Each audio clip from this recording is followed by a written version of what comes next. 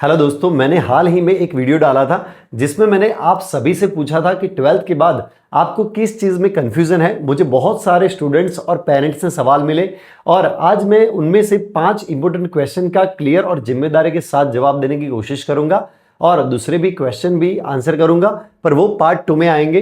तो अभी तक मुझे फॉलो नहीं किया है तो फॉलो कर लेना, फ्यूचर में पार्ट 2 भी देख पाओगे।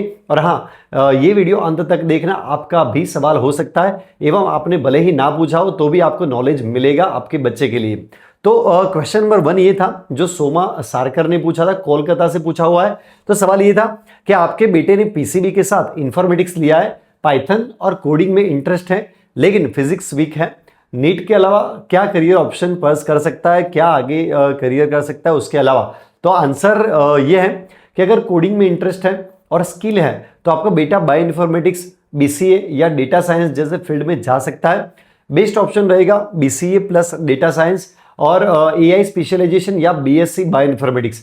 फिजिक्स वीक होने की वजह से इंजीनियरिंग टफ हो सकती है, इसलिए आईटी प्लस बायोलॉजी कंबाइन करना स्मार्ट डिसीजन है। फ्यूचर स्कोप स्ट्रांग है क्योंकि हेल्थ केयर प्लस टेक्नोलॉजी तेजी से ग्रो कर रहा है। तो आई होप आपको आंसर मिल गया होगा जो मैं कहना चाहता हूं।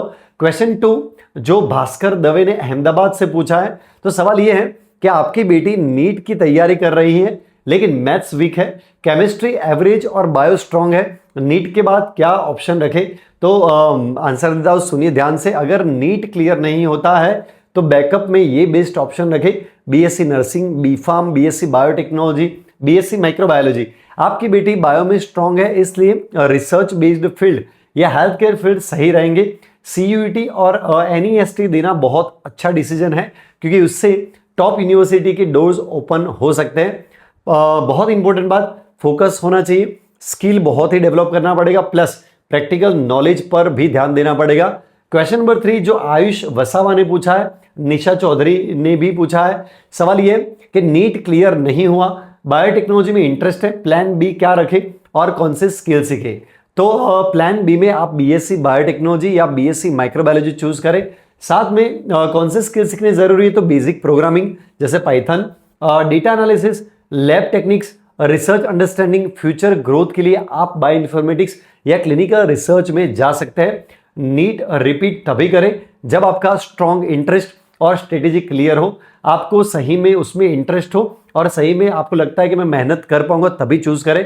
क्वेश्चन नंबर 4 पूछा है शगुप्ता खान ने, गांधीधाम से पूछा हुआ है। सवाल यह है कि आपकी बेटी के लिए फार्मेसी, फिजियोथेरापी या बायोकेमिस्ट्री ऑप्शन है। फिजिक्स वीक है, केमिस्ट्री 60% और बायो 90% हो, क्या ये सही डायरेक्शन है? तो आपको बताना चाहूंगा कि आप बिल्कुल सही डायरेक्शन में हैं। तो प्रायोरिटी बी फार्म रखें, pharmacy stable career plus industry demand भी बहुत ज्यादा है। सेकंड नंबर पे आप फिजियोथेरापी, हेल्थ केयर फील्ड में अच्छा स्कोप आपको मिलेगा। और third BSc biochemistry, research oriented आगे एमएससी जरूरी होगा। फिजिक्स वीक होने पर ये तीनों ऑप्शन प्रैक्टिकल और सेफ है। कॉलेज चूज करते समय जो आपको एक्रेडिटेशन और प्लेसमेंट जरूर देखें।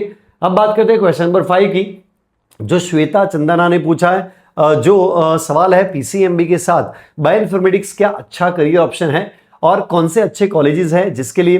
तो बायो इन्फॉर्मेटिक्स एक हाई ग्रोथ फील्ड है जहां बायोलॉजी प्लस आईटी कंबाइन होता है। स्कोप आपको drug design, genomics, data analysis, research based colleges IISER, Pune university, MIT, VIT, SRM. लेकिन याद रखें इस फील्ड में सक्सेस के लिए प्रोग्रामिंग स्किल पाइथन आर बहुत जरूरी है।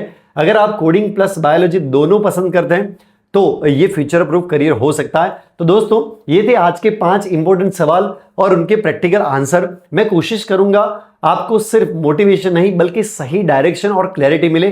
अगर आपका भी कोई सवाल है तो कमेंट जरूर लिखें। और भी बहुत क्वेश्चन है जो पार्ट 2 में और क्वेश्चन के डिटेल आंसर लेकर आऊंगा। वीडियो अच्छा लगा है तो लाइक करना, शेयर करना और फॉलो करना मत भूलना। Thank you so much.